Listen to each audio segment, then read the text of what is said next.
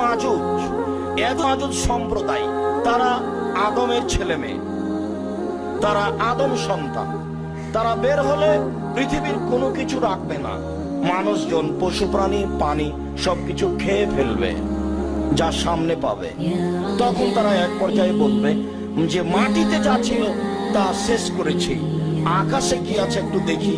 তখন তারা উপরের দিকে তীর নিক্ষেপ করবে।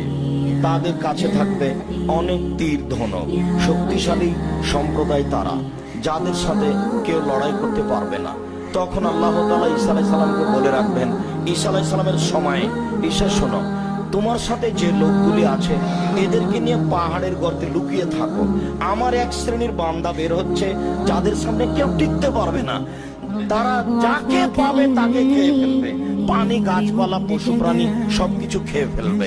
তাহলে বোঝা যাচ্ছে যে ঈসা আলাইহিস সালামের উপস্থিতিতে ইয়াজুজ মাজুজ বের হবে।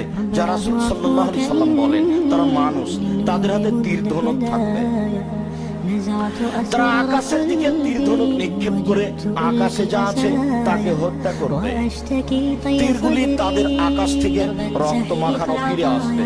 তখন তারা বলবে যে হ্যাঁ, উপরে যা ছিল আল্লাহ সবকিছুকে হত্যা করেছি, এখন আমরাই। এই সময়ে একটা বাতাস প্রবাহিত হবে, বাতাসের সাথে সাথে সবার গায়ে এমন রোগ হবে, মরক রোগে যেভাবে ছাগল মারা যায়, একসাথে সব ইয়াজুজ মাজুজ মারা যাবে। তখন ঈসা আলাইহিস সালাম পাহাড়ের ভিতর থেকে, গর্ত থেকে বের হবেন। মাঠ ঘাট, রাস্তাঘাট, একবারে মানুষ আর দুর্গন্ধে কেউ থাকতে পারবে না। তখন আল্লাহ তাআলা শকুন পাখি পাঠাবেন। এই শকুন পাখিগুলি এই লাশগুলিকে ধরে ইরাকের কোন এক স্থানে সবকে ফেলে দিবেন। তারপরে 40 দিন একটানা বৃষ্টি হবে, এই রক্তগুলি, লাশগুলি সব ধুয়ে চলে যাবে। তখন এলাকা বা মাঠ, স্থান বসবাসের উপযোগী হবে, যেখানে ঈসা আলাইহিস সালাম তার জনগণ নিয়ে বসবাস করবেন। তিনি বলেন তাদের তীর ধনুক দিয়ে জ্বালানি হবে দীর্ঘ সময় পর্যন্ত।